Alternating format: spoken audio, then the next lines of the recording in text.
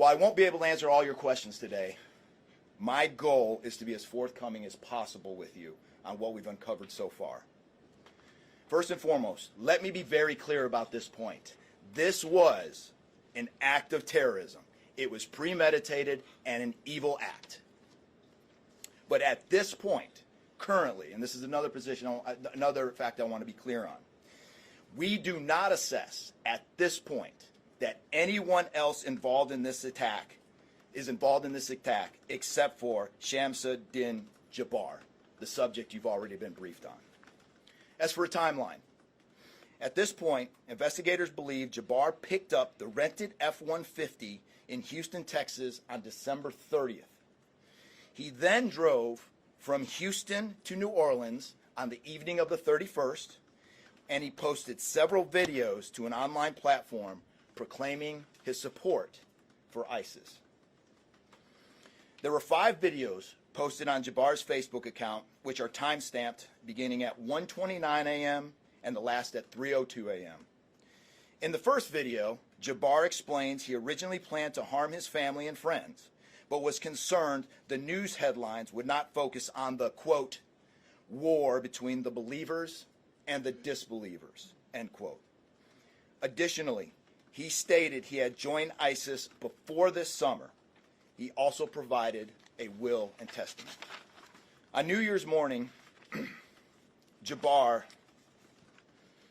opened fire after ramming through a blocked-off area of Bourbon Street, used his truck as a weapon to run over the victims. 3 phones linked to Jabbar have been recovered, and digital media exploitation is a priority to see what is on the devices and determine if there are any other potential leads. Additionally, we have recovered 2 laptops and are currently reviewing them for any potential leads. Those laptops were recovered at the Mandeville address. A little bit about Jabbar. Jabbar himself was born in the United States and is a U.S. military veteran. We are looking in everything in his life. While we have interviewed many people who know Jabbar, we still need to talk to others. As you know, there's also an FBI investigation in Las Vegas.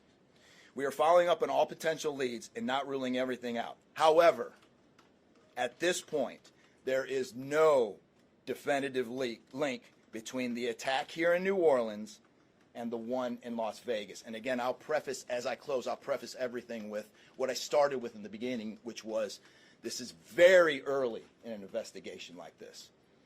We're confident at this point that there is no accomplices. And I'll give you an idea of how that information sometimes, a lot of the early reports came out that there were extra people that were setting the coolers down, right?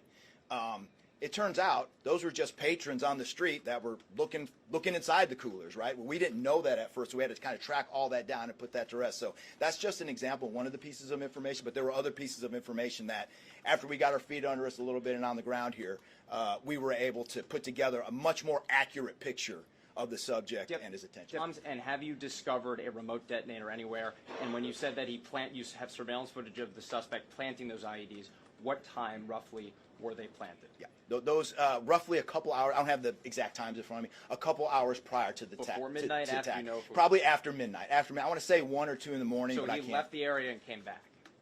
Correct. That's our assumption now. I mean, we still have a lot to work through. We're getting more surveillance video and everything else, but that's the assumption. I do want to address the suicide vest question. I want to kill that one right away. There was no evidence that the subject was wearing a suicide vest at all. So a lot of questions we're still asking ourselves. We know that he specifically picked out Bourbon Street. Not quite sure why. I mean, I think one can assume that it was lots of people New Year's Eve, with a target for an attack.